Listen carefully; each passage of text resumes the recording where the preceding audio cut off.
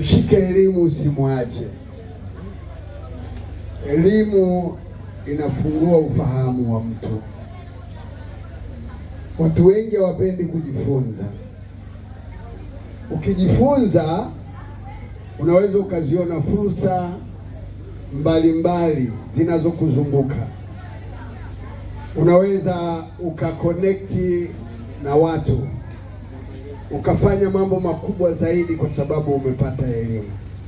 Elimu ni ufunguo wa ufahamu, sio ufunguo wa maisha. Ukishakuwa na ufahamu juu ya kitu unachokitaka kukifanya, maana yake utakifanya vizuri.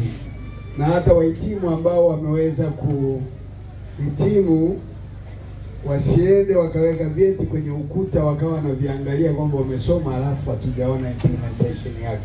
Lazima ufanyie kazi kile ulichojifunza. Na unapojifunza usingoje kutafuta ajira kama alivyosema mgeni rasmi. Elimu hiyo inatosha kukuonyesha fursa na kukuunganisha na watu. Nimefurahi mgeni rasmi kwa kujibu risala kuwaajiri watoto wa chuo cha St. Marcus na kuwapa fursa wajasiriamali, na pia hata sisi ambao tunashuhudia haya tunazidi kumbariki Mungu kwa ajili ya mambo makubwa yanayofanyika kwenye chuo hiki. Nimekuwa mtu ninayeombea sana chuo hiki, na pia nimekuwa nikimwekea mikono mkurugenzi wenu, na akili zimekaa sawa. Sema akili zimekaa sawa. Na nyie akili zikae sawa. Mthubutu mfanye vitu hatarishi. Ukiona mtu kafanikiwa, kajitungua. Mimi kuniona nimetoka Dar es Salaam nikaacha kila kitu nikaja hapa kuwafundisha, nilijitungua.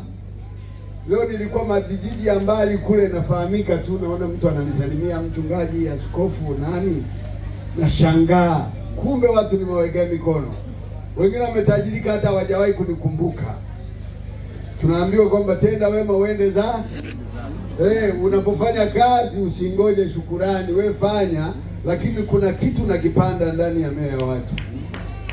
Piga makofi basi hata kama utaki.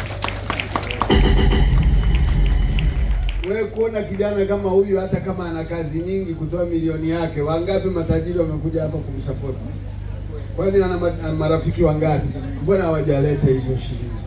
Ukiona mtu anajitoa kwa ajili yako, maana yake anakuthamini na anapanda mbegu. Panda na wewe, ukiona mahali panda mbegu. Sisi tunapanda mbegu, ndio maana hata sasa hivi kitabu kameanza kuota. Maana nalishwa, kuna watu wananiona baba. Kwa nini? Tenda wema. Mtende nini? Wema. Unajua tunaishi na watu. Nimejifunza pesa ziko kwa watu. Kama uwashiki watu utazikosa pesa, utazikosa fursa. Watu ndio wanaweza kukuonyesha njia sahihi ya mahali penye mafanikio. Na lazima uwe na maono. Kama una maono basi utaona watu hawana maana. Kila mtu ni fursa. Mwambie jirani yako, wewe ni fursa kwangu. Hamtaki si. Naona wanafunzi hawataki kusema.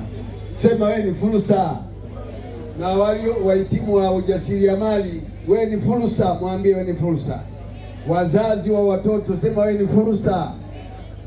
Ni fursa. Kahama kumekucha. Chuo hiki kitaenda kufika mbali.